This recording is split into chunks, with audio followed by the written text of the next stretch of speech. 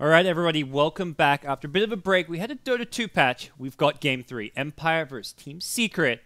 Lyrical, how are you feeling about this one? I'm super excited. They are ready to go, super duper ready for this one. Yeah, so we're in the draft. We're actually a few picks deep. These teams loaded in, and it was like snap, snap, snap, pick, well, bam, bam, bam, pick, pick, pick. They had 10 minutes to think about it, so it's not a surprise that they're picking quickly. But this is the first time either team's dipped into the reserve time as we get to the second ban stage. Both teams knew exactly what they wanted. For the first time, Secret did have first pick. They had selection this time, so they got Shadow Fiend. On the Radiant side, especially strong because you've got such easy access to your own jungle. So, and a hero that's been banned out in the first stage, both games, against Empire when Empire were Radiant. And I really like here as well. I think the Dazzle makes perfect sense in there. You know, sometimes you also see the Earthshaker that can get thrown in with the Shadow Fiend. You have the possibility to simultaneously keep your hero alive while being able to stack on up for him.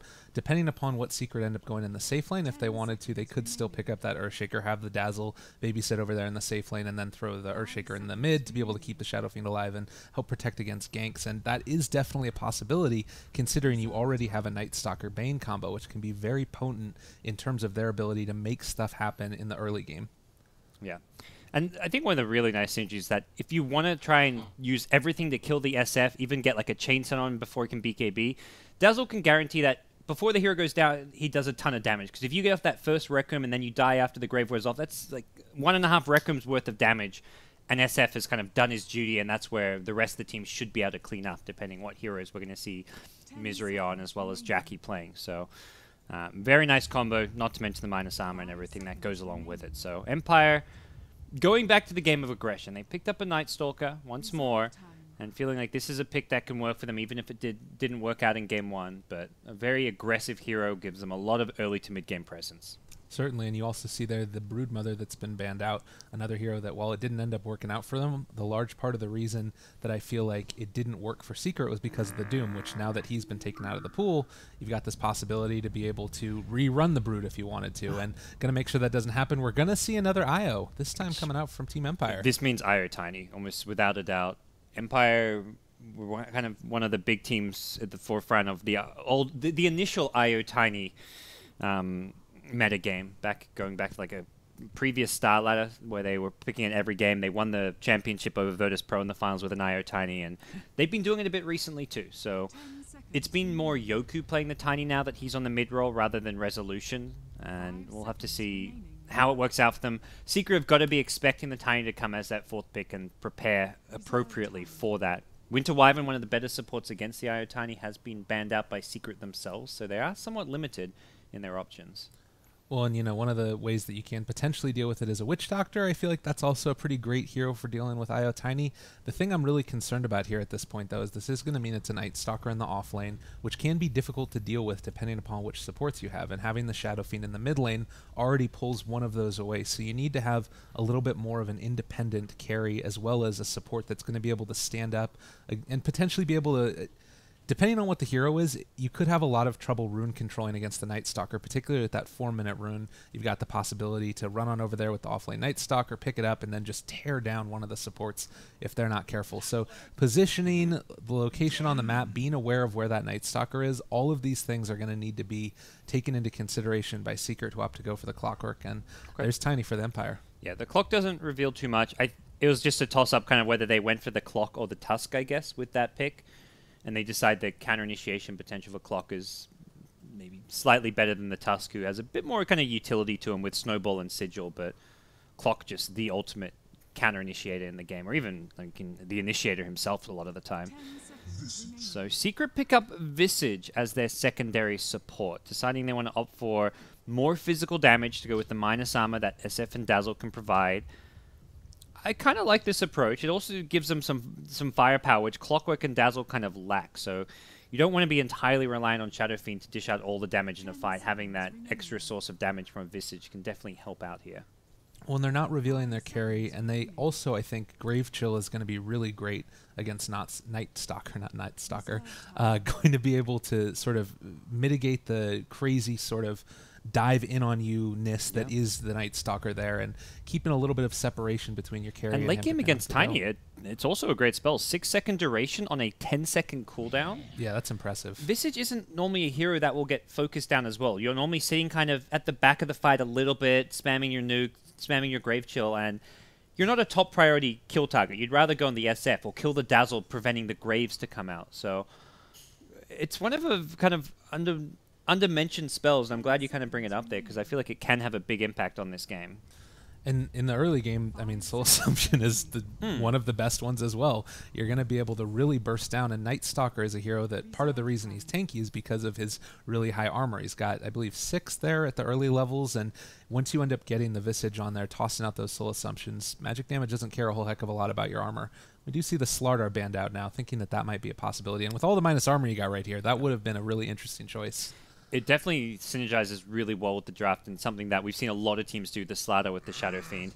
I feel like Secret do want that more lane-independent hero. You kind of mentioned that you might not get a whole lot of help. He has got 2 pretty solid supports in Dazzle, Visage, but Envy often plays those kind of carries. Razor would have been a good option, also banned out, that can just kind of sustain themselves in the lane by themselves. Wondering about like a Viper or something like that. Maybe some type of tanky hold on the fort hero. My main issue with Vipers is mobility, because you haven't got good follow-up for a Clockwork at that point. Like if Clockwork hooks in at some distance away, I feel like you want to have either blink follow-up or something which can throw some damage from afar, because otherwise it doesn't feel like Clock can initiate unless his team are already charging forward. Something Secret themselves used to do with their old roster was the Queen of Pain, Shadow Fiend as their dual core, which I feel could have worked, but another hero that's banned out, as I look down, Queen of Pain is also banned out. Do you think they need more right-click than just this Shadow Fiend and Visage here? I don't think they need it. I think they could go for that kind of utility or more nuke-oriented carry if they want to. Yeah. And I think getting something, you don't want something that's going to have to fight Tiny up close. You want something with some ranged capabilities to kite him around. If you're a melee, you want to be, if you're getting a melee here, then it's that Blink Initiator type, like the Slardar, which would work well against the Tiny. I don't think you want to melee carry like a Spectre, I would say, is kind of like a bad example of a hero you could go for. It's an anti-mage game. That's always Envy loves anti-mage. Yeah, certainly. And it's not anti-mage is just like in a category of his own, because he doesn't team fight. He just anti-mages up the game, goes and split pushes, and well, and there's some synergy there does. too with the Visage birds. You've got the possibility to push on down lanes pretty significantly with them as well. Empire, we haven't talked much about their last pick here as well. I'm assuming that this is going to be at this point the safe lane as well for silent, probably. Yeah, that's where I think Wraith King got banned out as a silent ban. And Gyrocopter, haven't seen much of him lately.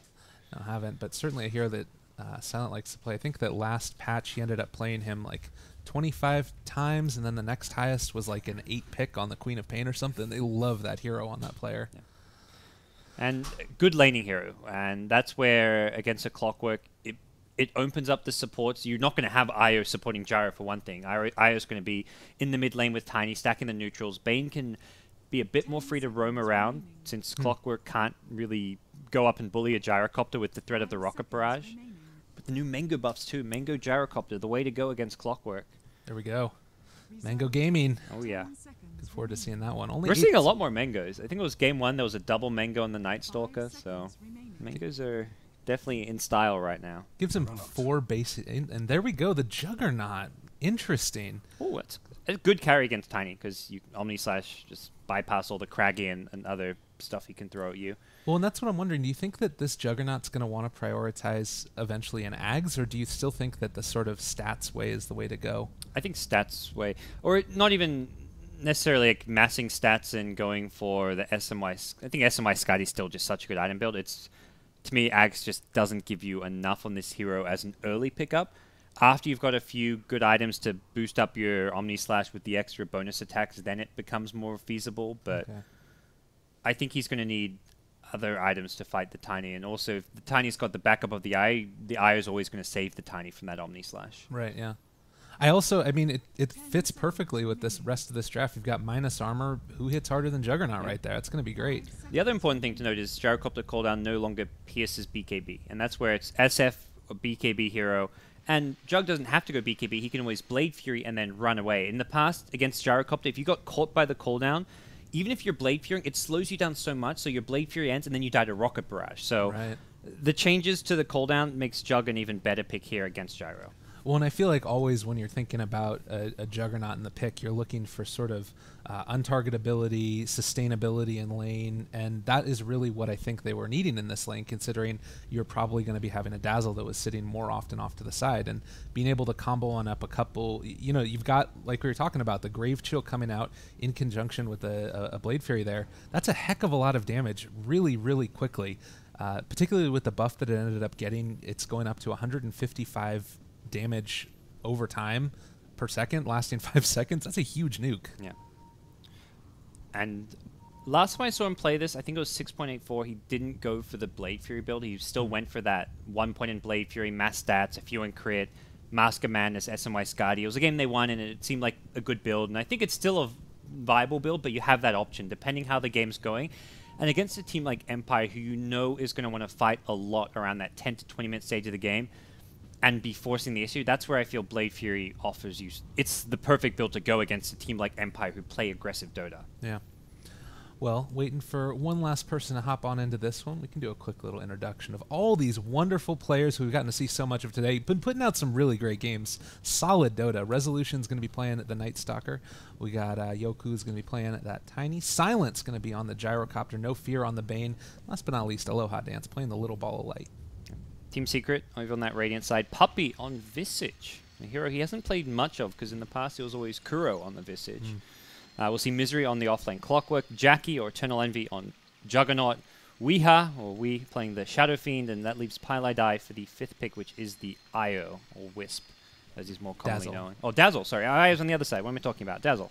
He hasn't gotten into the game yet. We don't know what he's going to play. It was the previous game where he was the Io. I'm still in game 2 mindset. I was like, he's got the Io. We were expecting more after the 80 minutes. It ended so quickly. Yeah, I'm still in. Game 1 was 80 minutes, so this game it still feels like continuation from game 2. Definitely pretty cool. I think it's going to be really interesting the way that this Io Tiny is going to end up working out in terms of the ability to control the tempo, and I think that's going to be the matchup to watch. How well is Yoku going to be able to play this Tiny and deny out creeps from the Shadow Fiend? Do you think, is there any matchup in particular that you're really concerned about for either team? The Shadow Fiend against an Io Tiny in the mid lane is a very rough matchup for SF. He's going to need that support backup from Dazzle constantly. I think we may see Secret almost dedicate Dazzle to the mid lane. And also, even just from Weeha's items, you can tell he wants the early stats. He's gone level 1 Magic Wand against this lane. Jeez. Wants that little bit of extra heal, so it kind of is as a substitute for getting some more regen. You've got Magic Wand charges, which will come out pretty quickly, with Tether being used continuously from an Io, with Tiny looking to maybe just... Normally with Io Tiny, you're spamming out your combo as much as possible, and then not only do you get the bit of heal, you get the extra stats. So he's going to be going fast... Still needs to stop by the bottle, but I could see him getting just early, cheap, cost-effective HP items against Io Tiny. Worth noting as well here that Weeha able to pick on off that Observer Ward as soon as it was placed, which ended up meaning that he got an extra 25 EXP, sharing a little bit with the Visage. So if they get this bottle for him, he's going to be even closer to getting that oh-so-elusive level 2. And I don't think that Silent's really going to be able to take this one any further. And he got a soul. Yeah, there you go, definitely. 1 soul. What a start. Weeha, 1 soul, Bounty Rune. Juggernaut gets the one down bottom, too. 125 XP. Wow, that's actually like the dream start for Team Secret. I think the block is going to favor Empire in the mid lane, which does make a bit of a difference. And that's where it did look like Empire were prioritizing getting a good block from the start of the creep spawn. Yeah. I mean, it's not like, Aloha's Gonna Dance is going to be able to pick up this bottle really soon anyways. He didn't really buy anything, and so is going to be able to work his way towards that. It's not really hurting him too much that he didn't end up getting that first early rune. Matters more for the XP side, where Shadow Fiend did get one, so he's going to have fast level 2 and level 3. There's a lot of potential threat of a kill when you go in if he has level 2 raises. Yeah. And they're just dual laning right back. Dazzle just sharing the lane. And I think this is possible because SF doesn't necessarily need the solo XP. He'd rather have the protection that can keep him alive against an Io Tiny, who themselves are dual laning and will not get solo XP. Certainly, yeah. Definitely pretty nice there. It does look like we're going to see a little bit more of the contest to this pull over here. No Fear was doing a heck of a lot of damage to that Juggernaut down bottom. You take a look, he's taking a lot of his HP off, just continually harassing away while the pull was going on. So doing it pretty good. This dual lane, you know, we talked about it up top, the matchup with Clockwork and Gyrocopter. You can kind of solo that to a large extent with the gyro, and so because of that, that's freed up this aggressive dual lane. And I'm not sure exactly how much it's going to end up affecting them, but 5-4, 6-4 now on the Night Stalker versus the 3-0 of the Jug, doing pretty well. Yes, and Gyro in this 1v1 should win the CS battle. Clockwork's not too worried about that because we will see a fast level 6 on Misery if there's no rotation. So Misery's a hero much more geared at catching up through kills and just having a high impact through kills, where the Gyro will want to have a good laning stage and try and even find a kill opportunity on Clockwork if possible, using that Mango for some burst mana to get a Rocket Barrage off. But for now, probably not going to be something Misery lets happen. Certainly. We also saw down there stacks starting to come out. Unfortunately, the Dazzle didn't quite hit the large camp, but was still able to get the medium one with the Shadow Fiend. So starting to build those up, it becomes a really big thing, and I don't see a ton of them across the board quite yet for the IO Tiny, which is definitely a way that not only just if you do fall behind to catch up, but also the ability to really accelerate and go way past what you should be able to have in terms of your CS. Tosses out an Avalanche there as well. Weehaw just continuing to mess with them, but wasn't quite able to get that pseudo deny off on the Shadow Fiend. Yeah, and this has been a okay lane for Weehaw so far, seeing on 12 CS for now and level 3.5, so he's not too phased by the laning stage at least. Certainly. And that's where the SF struggles most against the IO Tiny. Once he gets his core items up and he farms his stacks, suddenly you're looking at Treads, Bottle, Wand, often even a Ring of Aquila for some extra stats, and you're tanky enough to stay alive. Yeah. It's going to be really great. And I think down here, the Resolutions ended up going for the 2 Mango build again, so a lot of regen coming out. He's got 12 when he ends up eating one of those tangos, and is going to be able to consistently sort of mess with and deal a lot of damage to this Juggernaut in the bottom lane. The Jug who's completely skipped over Blade Fury. Yeah. That's... to me, you definitely bare minimum, you will get a value point. He may wait till level 4 or 5 to do so, but deciding he wants to go more of that just right-click carry build. I'm really concerned, actually. If they get enough denies off here, they might be able to potentially have the 4-minute timing come out, and Juggernaut wouldn't have his Blade Fury yet. We'll see. He just gets it right now. He got solo XP as Puppy was off-pulling, and he has picked up Blade Fury, so going for a 1-1-1 build with the single-pointed stats. 4-minute rune coming out, and if he wants to contest.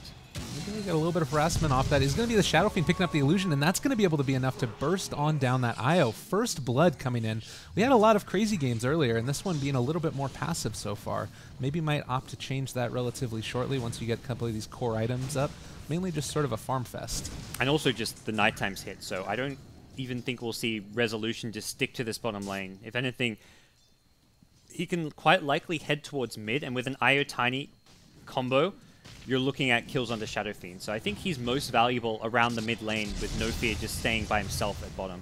Ooh, couple more raises on Aloha Dance. Dropping a little bit low, but wasn't able to hit on all of them, the first one at least, and not enough right-click damage to take them down. This has become a really tough lane for IO Tiny. Weehaw has 16 one charges, and he wants to hold on to these. He wants the burst heal for when they go on him. He'd rather Dazzle, heal him up, and use his mana to heal him up than pop through his one charges now just to help him boost up that HP and reset the counter so he can get some more. He really wants to be able to save those for when he's getting ganked and dived. If you try and gank him with a Night Stalker and he's got a 17 one-charge heal and a Dazzle behind him, he may just turn it around and get a double kill or something with these level 3 raises. And hoping potentially then that the Night Stalker does rotate to be able to have that type of situation, bait it on out a little bit.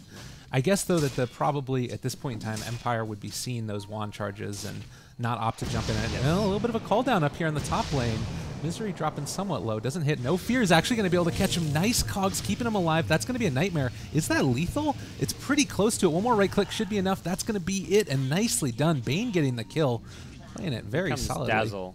He needs to get to the Ancients for his suicide, I'd say. Yeah, he's bought a TP1. He's buying wards. He's going to go for his suicide, and unfortunately for Pile I Die, he's not going to get here in time.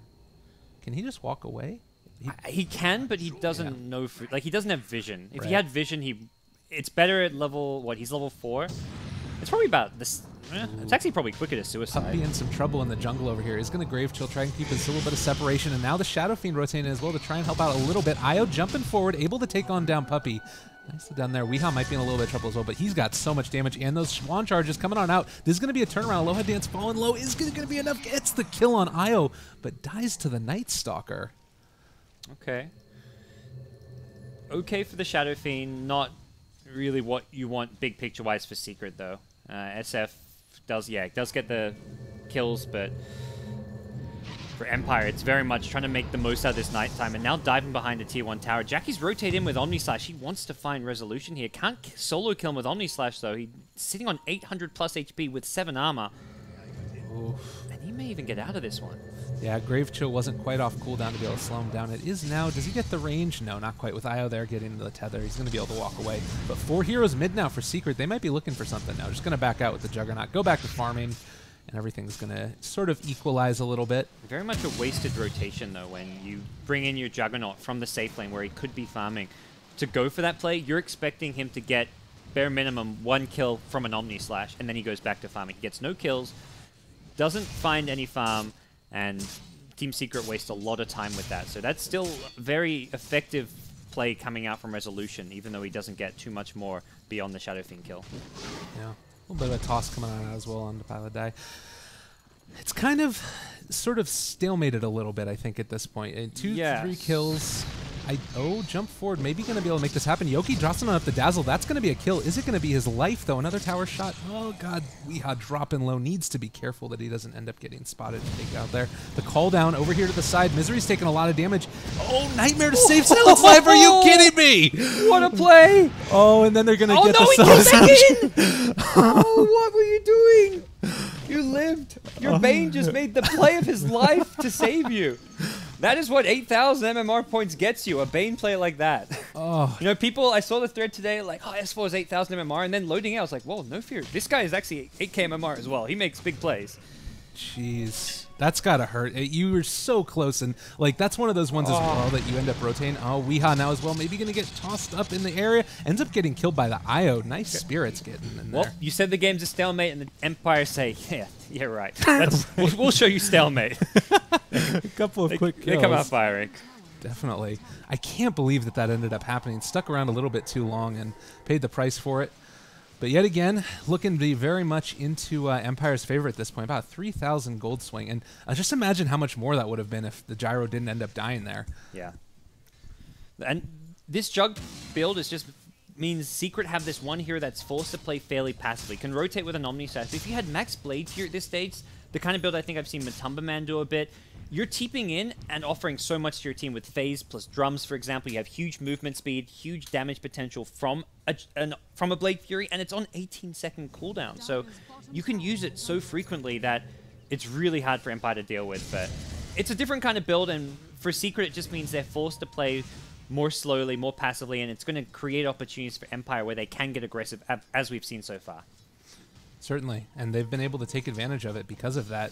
You do have to wonder at this point what would have happened if we would have had the potential to have the Juggernaut rotate on over and make something happen there. It looks like they do want to try and turn the tide a little bit, get aggressive. We do have the Dazzle, Clockwork, and Juggernaut all rotating around. Look to be trying to make a gank happen on mid. I don't know if the Dire spotted this, but it looks like they might have. Ooh. Yoku is going to run right on into Misery, maybe? Where? They're going to have him? Chuck shot catches onto the Io there. Nicely done. The Avalanche is going to keep him alive a little bit longer. Oh, and that's just going to be a tether away. Nicely done by Aloha Dance, making that happen. And now they might try and reinitiate over here. We have Silent in the area. Call down. Oh, only catches onto the Jug. This is going to be a cogs away by Misery. Trying to TP away. Is going to be able to make that one happen. And now over here to the side, Blade Fury. But there's the Fiend's Grip. Jackie dropping low. Catches a heck of a lot of damage. And Tiny ends up getting the kill there. This is a disaster at this point for Secret. Killing spree on the Io. Not often that you see that, but making it. Oh my goodness. Yeah. Once that smoke gank into the enemy jungle fails, you're in so much trouble because you haven't killed anyone off and Empire are rotating. You're stuck in their jungle. They've got a tier 1 tower mid that they can rotate into, and Weeha's been spotted out by a ward. Here comes the relocate. Oh, God. I've seen this play before. No Requiem available. There's the Avalanche. Going to be able to keep his cool for a little bit. Shadow Handle, but I think it's all for naught at a certain point. Oh, he relocated no! I guess that's the safer play, because otherwise you ditch the Tiny who may end up dying.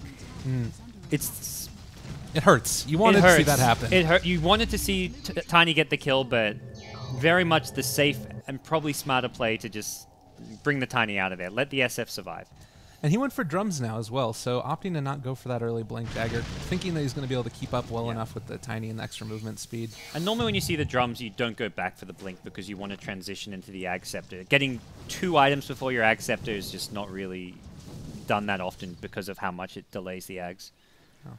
Man, Clockwork really has been struggling for farm this game in the offlane. Like, obviously he doesn't need a ton because you're going to want to be able to just still have that hook shot and toss it on in there. But the only hook that we really ended up seeing was onto that IO, which didn't pay off a ton because of, you know, the nice tether away that we saw. Yeah. So it's kind of looking like, to a certain extent, Misery's been a bit of a dead hero in terms of the impact he's been able to have just by game flow. Yeah. Would love to be able to see a Blade, or do you think it's a good Blade Mail game this time around? I always love the item against Gyrocopter because it means if you hook onto him and trap him and isolate him, if you have a Blade Mail, he blows himself up with the Rocket Barrage. So I think it's great against the Gyro. The problem is just that he's not finding the farm. By the time he could consider a Blade Mail, we may be already looking at a BKB timing from the Gyro, who is going Yasha first, but he could go Yasha into a BKB, even just farm up a BKB in no time at all because of how well he's doing. So Misery's big problem has been like he got the levels and solo XP in the lane against the Gyro, a lane he wasn't expected to win, and he got some CS. He's sitting on 29. What he had to do was make sure those first rotations were successful, and they have completely backfired and worked against his team in the case of that jungle hookshot. Certainly. Well, looking to try and bait things out a little bit, I kind of get the feeling that Empire knows what's going on, though, as they rotate on into the jungle instead. And they're just going to play it super safe at this point. Just like down there in the side trying to potentially go for that Shadow Fiend kill, we don't need to be able to get any further ahead at this point. Just play it out safe, take the objectives that we want to take. And, I mean, I guess I feel like they can still fight, though, at this point, and to some extent they should. But maybe just picking the correct fights? Yep.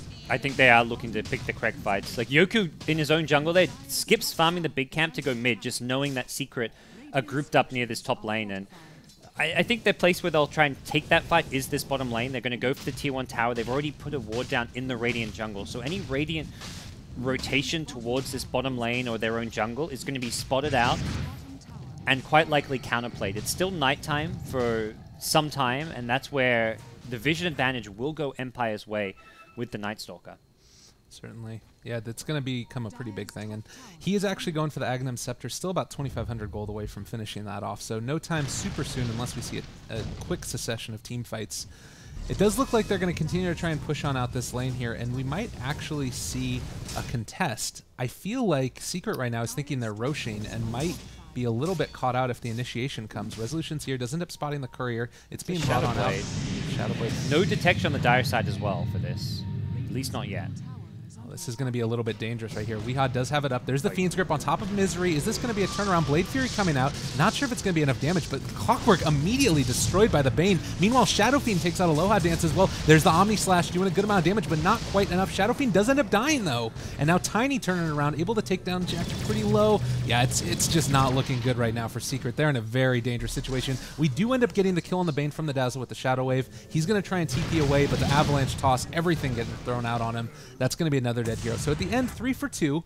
I don't think that Secret are terribly upset about this. Oh, they bought back on Clockwork? Yeah. It was a 4 for 2 with the buyback, and one of those deaths was their Shadow Fiend, who to me is the more important carry than the Juggernaut at this stage. So definitely good fight for Empire. That was a big win for them. They had the numbers. They just have the... This is the time where Empire's lineup is strongest, and I don't think Secret want 5v5 fights. They want pickoffs like this. This is a hero isolated on their own, and unfortunately, without a Blade Mail, Silent's just too tanky. Oh. They're going to turn it around. Oh my god, so much damage. Is he going to be able to walk away from this one? Are you freaking kidding me? He's not got even to that farm tanky. some Familiars. I mean, everything going Empire's way. Familiars, 2 kills. Silent doesn't die. Easy peasy. Interestingly, the Tiny did opt to go there, and he's going to use that Blink Dagger, despite no the fact that he ended up getting there as well. And no Shadow Blade, like you said. That's going to be a dead hero. So we went for the Blink Dagger after the drums. Just extra mobility at this point, I guess, and feeling comfortable. Going to toss up the Bane one time, as well as some Nightmares. They're feeling good right now. Empire happy about the results so far. So you see stuff like that, and you can just like hear them laughing to each other in their team speak, and well, with good reason. They have found themselves 16 minutes in the game with a 10,000 plus net worth lead. That is going to be hard for Secret to turn around. They can enter farm mode, but that almost to me just plays into Empire's hands if you're just trying to efficiently farm the map using your Jug and Shadow Fiend, Empire will just use their smokes, take Roshan, get map control, and just try and quite likely successfully find pickoffs with their lineup, which is just geared for finding pickoffs. Well, and I don't think that a Juggernaut's going to be able to outfarm a Gyrocopter in any case. I mean, unless you're sort of, got a Battle Fury, which isn't necessarily the build. That's going to be a jump forward, trying to catch out on Aloha Dance. Tosses up if they want to use it. Going to be able to toss him onto the other creeps over there, and Tiny's just going to be able to make his way away, no problem. And farming alone is never going to be a good idea when you're up against a relocate. So you can't really split up if you're Secret too much, because that's where you get picked apart by the relocate ganks, Night Stalker and Bane roaming around. And this is a Night Stalker who's, about to complete an Ag Scepter. So for Secret, you're kind of forced into a 5-man game, which is not the kind of game you want. You've got a Shadowblade SF, you've got a Jug with minimal items. You just haven't got a good 5-man lineup. It's still the only option. They need a... To me, the game plan for Secret is use your smoke ganks over the next 3 to 5 minutes and use your smokes to find ganks and pickoffs, but avoid 5v5 engagements. Find that pickoff and then run as fast as you can away from the relocate. Well, enforcing potentially a 5v5 engagement is going to be Empire now by taking out this Roshan. I feel like at this point, Secret can't really even contest into the Rosh, but even if Empire is pretty low, maybe go for a Clockwork Snatch, but this is going to fall too quickly. Rosh is dead in just a second here with Overcharge up on Tiny, as well as just all of this damage over time. It's just really quickly dead. Yep. Rocket Flare will come in, but too late. Oh, God. And now a Tiny with Blink, Drums, Point Booster. What is that? 1,700 gold away. 1,700 gold away from picking up his Ags. Yeah, he is exactly where he wants to be. Yoku making Tiny IO work here. Yeah. And this will turn into a classic Night Stalker game. Finish your Ags, buy a gem, and prevent Secret from having any breathing room whatsoever. You can't even leave your base or your towers at that stage if a Night Stalker can deward the map and have the Ags vision at nighttime. You're just stuck, huddled as 5, scared, waiting for the big bad monsters to come to you, and it's not going to be pretty for Team Secret if Empire can play that polished style of Dota, which they've proven they can do. It's not all about the mindless aggression. This team, they get aggressive when they need to be, and then they tone it down and play kind of that coordinated team fight, team-oriented Dota as well, given the right kind of opportunities.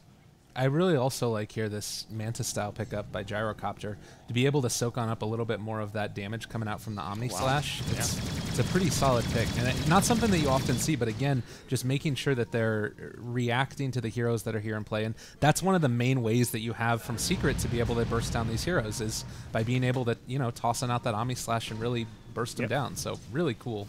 Item they received a lot of buffs as well this patch, so maybe see some slight build changes because of it.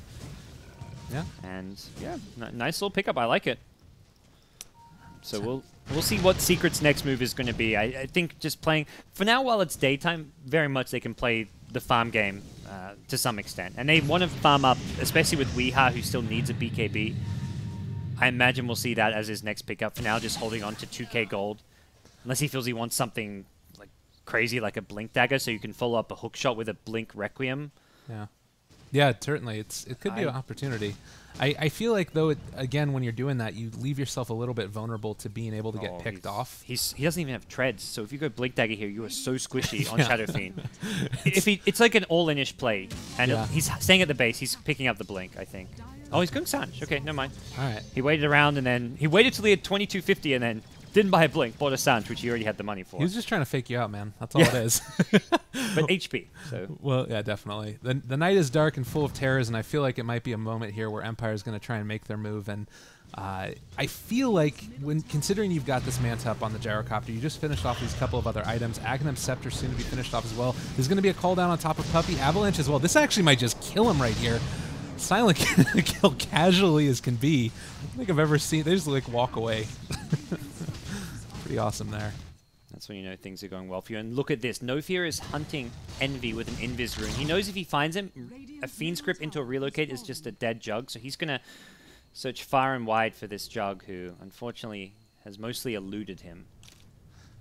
Looking like they're going to be going for the Sanj and Yasha. And actually, now that he's moving on over to the Ancients, I feel like this is where Bane knows where he's going to be. Resolution chasing on here. They're going to go after the... Oh, Shadow Fiend's going to end up falling yet again. Silence everything. He might.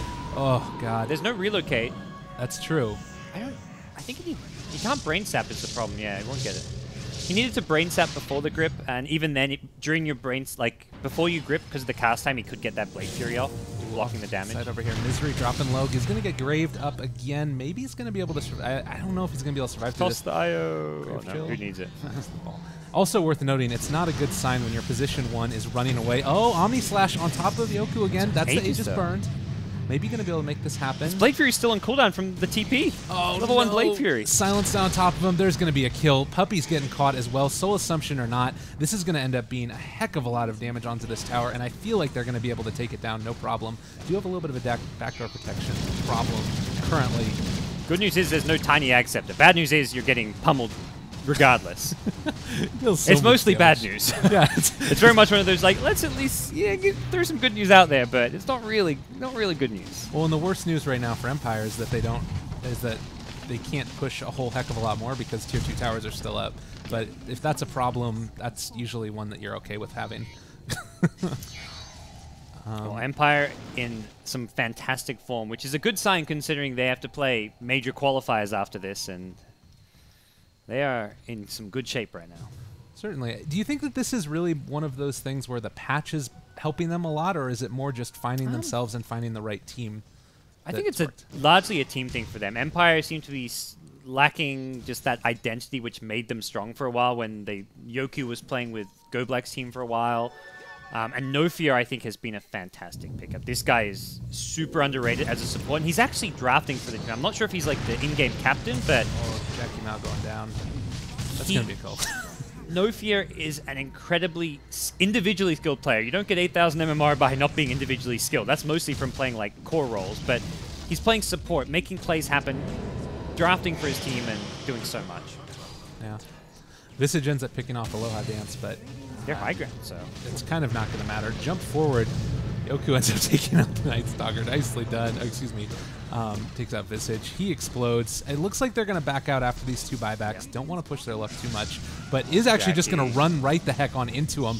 Oh, man, that was a lot of damage coming out. Puppy's going to fall as well. Shadow Fiend, Requiem or not, I don't know if it's going to end up mattering. This is going to be another dead Shadow Fiend in just a second. Triple kill for Silent as well. GG ends up getting called, and Empire take it 2-1.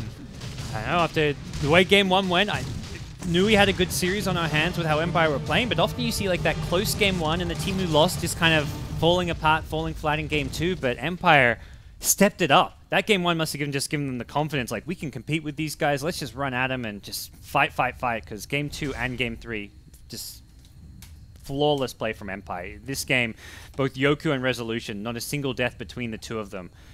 And it seems like Empire figured out how they want to draft, play, and Secret still kind of bouncing around from like crazy strat to kind of crazy-ish strat. It works some of the time, doesn't work other times. The Meepo Brute in Game 2 completely backfired, and this game around it was just too many heroes trying to farm against an Empire team that wasn't giving them any room. Certainly, and IO Tiny, always a potent combo in terms of your ability to just run on over people, and if you get off to that early lead, you get those first couple of items, it just becomes really difficult to deal with. So pretty awesome. I love the combos, love the games. It was a heck of a lot of fun. Yeah, I'm glad we got you here, dude. It's been awesome, and we've got more awesome coming up this weekend. We're going to be not sleeping. I'm ready. You know, I got the schedule. Like, before we got the schedule for the qualifiers, I'm like, okay, it's 3 regions. Normally, like, Asia will start around, like, 10 p.m. local time, and then America might end by, like, 6 p.m. Like, there should be, like, maybe a 20-hour broadcast. And I saw the schedule. I'm like, oh, it's actually 24 hours. Our stream is going live at 7 p.m. local time here, Pacific time, and will not turn off barring power internet outages for 4 hours from now. We're turning our stream back on, and we're going to have the stream live for 4 days straight and some, like, because China is the final region. So it's like 4.5 days of non-stop Dota action. If you tune into BTS at any time over that 4-day span, there'll be Dota on. So yeah, it's going to be great. I'm really excited for it, and I feel like we're going to be seeing metas evolve across regions. We're going to be seeing newcomers come on up and make their mark on top of this, and I'm super duper excited. Okay, well, guys, you can follow us and hear all about what's going to be going on. He's at Lyrical Dota on Twitter. I'm at BTS GoDz. But for now, take one last look at what's coming your way this weekend with the Frankfurt Majors qualifiers. Introducing the Beyond the Summit Major Qualifier Hub. featuring 24/7 coverage of all 4 regions. Some of the best Dota you'll ever see in this dimension. Broadcast by the most accomplished group of talent ever assembled.